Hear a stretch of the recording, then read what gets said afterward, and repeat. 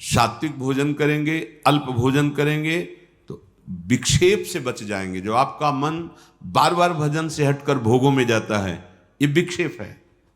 जो पूर्वकृत पापों से अंतःकरण मलिन है, वो क्षण में नष्ट हो जाएगा। आप एकाग्रचित होकर जो ही प्रियालाल के स्मरण, वो भस्म हो जाएगा, उसमें सामर्थ्य नहीं। ये विक्षेप बहुत घातक है। बार बार वृत्ति नाम में लगा और भाग करके संसार में जा रही रजोगुण तमोगुण आहार, ये रसेंद्री बहुत, जैसे दुग्ध है, खीर है, घृत है, पवित्र वस्तुएं हैं, पर ये मात्रा से अधिक ले लो तो तमोगुण पैदा कर देंगी। है सात्विक, तमोगुण पैदा कर देंगी। मात्रा में प्राण पोषण होता रहे, ये शरीर को अपना मैं मानकर रसेंद्री जिस स्वाद पूर्वक जो हम पाते हैं, ये भजन नहीं होने देता। बहुत बहुत ये अनुभव की बात है, क्योंकि जीवन इसी में गया है। अगर हमारा भोजन सात्विक हो, अल्प है, तो आप देखो पहले जैसे एकादशी रहते थे तो स्वाभाविक उस दिन ज्यादा भजन होता था। थोड़ा सब इंद्रियों को खुला छोड़ देगा। ये जो आपके इंद्रियों पर शासन करने का स्वभाव, हर गाड़ी में ब्रेक होता है, अगर ब्रेक ना हो तो नष्ट हो जाएगा। आपकी जीवन गाड़ी में संयम रूपी ब्रेक होनी चाहिए। हर इंद्री पर आपकी दृष्टि होनी चाहिए। इस समय किसका वेग है? जनेन्द्री का कि रसेंद्री का, नेत्रेंद्री का कि वाकेंद्री का, उदर का वेग है, किसका वेग है?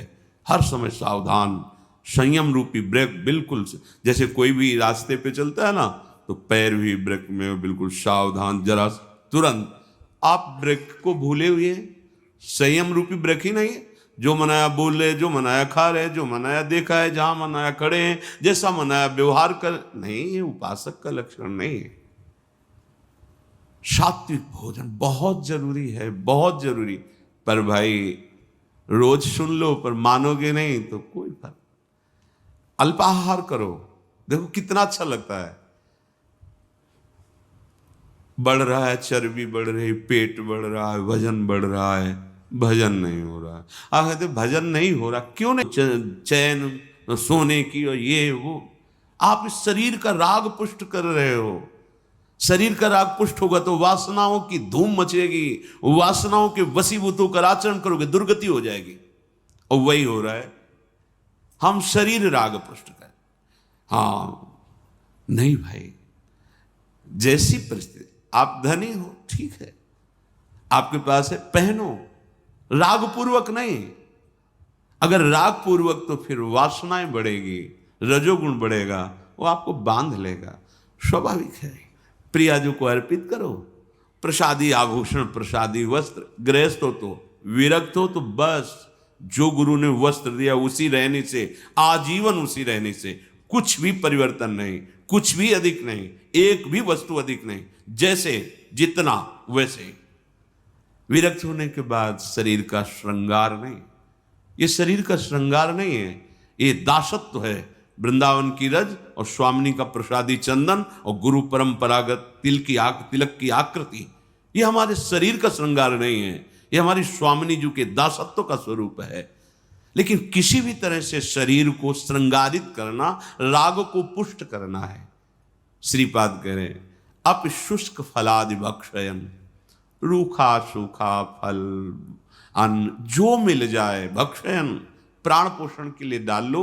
उस पे बुद्धि अपने, जहां सुनते हैं ना, क्या है आज खीर, आज ये, आज वो वस्तु, तो पहले आपका चिंतन बना, संभालना, चिंतन बना रागात्मक। अच्छा आप एकाग्र हुए, हर्षित हुए, गए, वो वस्तु तो बाद में सेवन करेंगे, वृत्ति तो पहले आपने खराब कर ली।